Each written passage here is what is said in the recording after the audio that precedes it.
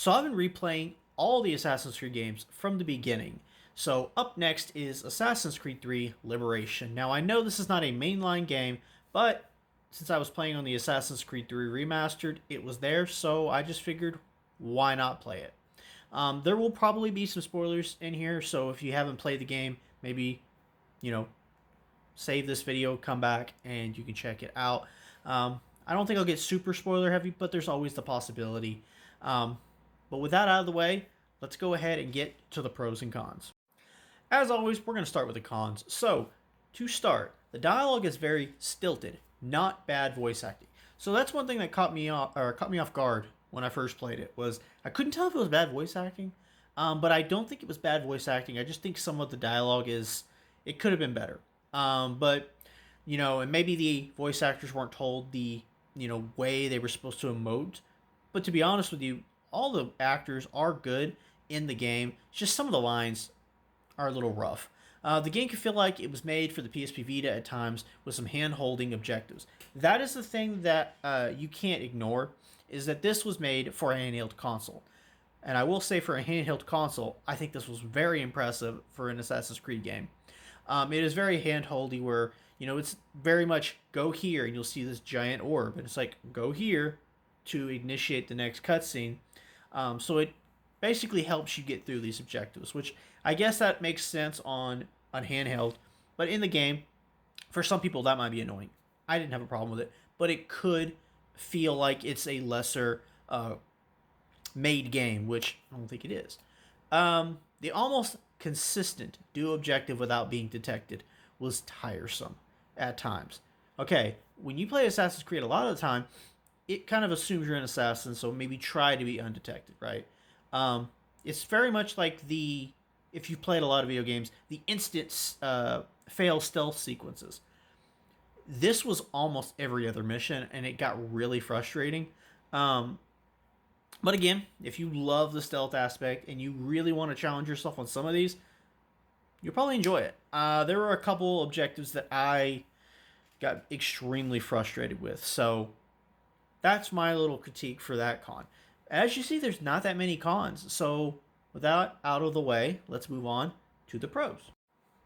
All right, to start off the pros, I have the unique setting. It's set during the colonial era in Louisiana, which is a beautiful setting, and I think it's a very unique setting. It's beautiful in the architecture and stuff, but it's almost kind of like grimy. It really kind of throws you into the colonial feel, especially if you played like Assassin's Creed 3. Just imagine that, but in Louisiana. I think it does a phenomenal job. Aveline is an interesting assassin, and I believe the first female assassin. I could be wrong on that, but I think it is her, because I know this game came out before Syndicate, so I do think she's the first female assassin. And for your first, she is a very cool character. Aveline is a very efficient assassin. For example, there's a mission where you have to go undercover and you don't have any of your items. And she just makes a makeshift hidden blade. And I think that's a really cool efficiency feat for her. When she's, stranded without any of her gear, she can still be extremely effective. Aveline is overall just an awesome character. She is a French African character. Her father was a French merchant, and her mother was a slave that was freed by her father. So it's a very interesting backstory for the character of Aveline, or Aveline. They say it multiple times differently. I think it's Aveline. Another thing that makes Aveline so interesting is she is a very flawed character. I love that she makes mistakes. She gets to learn from those mistakes. For example, she falls right into a Templar trap, thinking she's doing the right thing, doing the proper thing, and she falls right into doing exactly what the Templars want her to do. But she realizes it, and she ends the Templar threat basically single-handedly. I think that is a very impressive thing in the landscape of Assassin's Creed. And of course, I didn't mention it here. I will say it again. This is very spoiler warning here, very much. The reveal that the company man and basically a very high-ranking member of the Templar Order was her stepmother, who basically raised her from a basically young age. That I think really helps to add that there's a very personal aspect to this reveal and to the character of Aveline and how she has to realize someone she's cared for and loved for and, basically just had so much emotion for was the head of one of the threats that she had to deal with. And I think that's very compelling. Another thing I really loved is what they call the Citizen E moments. So basically, what this is you're playing this game, which is there's no modern day section really, but you're playing Abstergo's creation. They're using the memories to make a video game.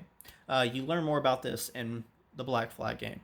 But what's cool about the Citizen E stuff is you'll see a sequence, and someone will come on and go, I don't think that's how it actually happened. So you have to go find this person, assassinate them, and then you get to see how it actually happened. And you learn a lot of stuff that clearly they edited out or basically just didn't want you to see. One of the best parts is towards the end of the game where it looks like Aveline is going to join the Templars at the end of the game, and it cuts to credits after she takes the oath. Well, once you do the Citizen E stuff, you realize that is not what she did at all. As a matter of fact, she fought off all the guards and took out her stepmother. So that was an awesome thing to see, and I kind of wish they'd do that more, but I guess it would be kind of hard narratively, but I really enjoyed it.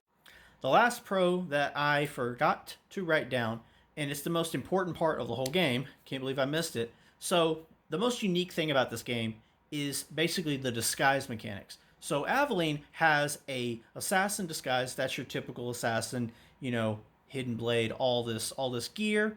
Can climb all these buildings and do all this stuff. She has a lady persona that's very noble-like, and she basically can just disguise herself as a noble woman in New Orleans, and that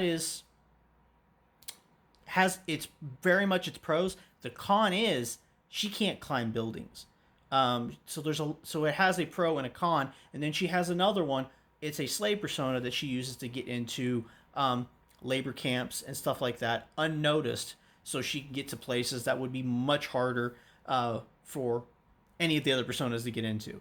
That said, I think being able to choose which one you want for some missions, not all of them, because some missions want you to just do the lady or just do the assassin or just do the slave. I think it's cool that there are some missions where it's like you could effectively get into that objective using all three personas. So I do think the uniqueness of that, I wish they could flesh that out more in the other games. But that was absolutely the peak of Assassin's Creed Liberation. Overall, for a game that is not considered mainline, I think the story is really compelling. The setting is really great. It's a nice departure that we don't normally see. Aveline as an assassin is worth your time. I think she's a very compelling and interesting character. And I just think that this game does deserve more eyes and more attention. So if you haven't played Assassin's Creed 3 Liberation, I do highly recommend you check it out. Let me know what you thought of Assassin's Creed Liberation in the comments below.